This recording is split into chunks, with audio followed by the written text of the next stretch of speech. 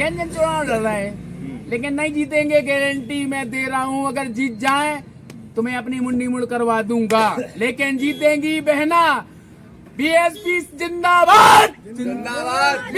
अगर ये जो आज जो हमारे शिवराज मामा 1,000 रुपए जो लाडली बहनों को बांट रहे हैं, तो मैं शिवराज मामा से ये कहना चाहूंगी कि आप उनको 1,000 रुपया ना बांटकर आप अपने जीजाओं को रोजगार दें, आप अपने भांजे भांजियों को रोजगार दें, तो जरूर प्रदेश का हित हो सकता है। बात आती है तो सर्वप्रथम मैं यही कहूंगी कि बीजेपी कांग्रेस का काम यही होता है कि वो कभी किसी गरीब व्यक्ति को तो टिकट देगी नहीं, और अगर उन्हें और बीजेपी सरकार जब से केंद्र चाहे प्रदेश में आई हो, वो सबसे ज्यादा जो उद्योगपति बड़े बड़े धरना सेठ हैं उन्हीं को अमीर बनाने में लगी हुई है।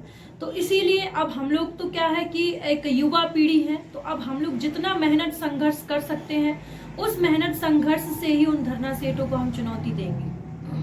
रुपए कमाती है और उसी से अपना रोजगार चलाती है, उसी से अपना घर चलता है उनका। तो अब जब उनके पास कोई साधन ही नहीं है रोजगार का, तो फिर युवा तो पलायन करेंगे ही। और सबसे ज्यादा आज गांव का युवा जो है वो मतलब गांव में भी रोजगार ना होने के कारण और सागर में भी रोजगार ना होने के कारण पलायन की समस्या बढ़ती जा रही है। आप क्या मानते हैं, ये जो बीड़ी व्यापारी थे आज वो नेता बन गए हैं, तो क्या बीड़ी व्यापार को बचाए रखने के लिए उन्हें यहाँ कोई फैक्ट्री नहीं डाली?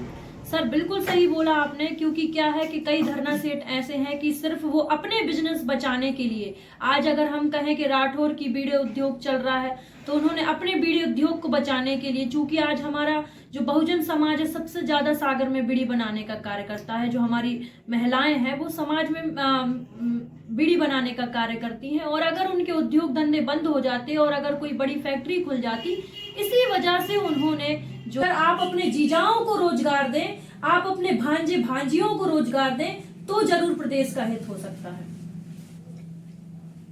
बीते 3 साल में मात्र 39 रोजगार सरकारी नौकरियां लोगों को मिली हैं। अब आप अगर माननीय विधायक बनती हैं, जनता आपको आशीर्वाद देती है, तो आप ऐसा क्या करेंगे कि लोगों को रोजगार मिले? सबसे पहले के लिए टिकट दिया, तो अब आप देख लीजिए कि बहुजन समाज पार्टी शुरुआत से ही सर्व समाज की राजनीति करती आई है। बस जो बीजेपी और कांग्रेस जो आरोप लगाती हैं वो बिल्कुल झूठे हैं, और जो ये कहती हैं कि बहुजन समाज पार्टी जो है जातिवाद की राजनीति करती है, लेकिन आज जो 40 साल से एक ही वर्ग के व्यक्ति को टिकट दिया जा रहा है वो उनकी जातिवादिता को बिल्कुल बिल्कुल साफ नजर जनता को समझ में आ रहा है। बीते 3 साल में मात्र 39 रोजगार सरकारी नौकरियां लोगों को मिली हैं।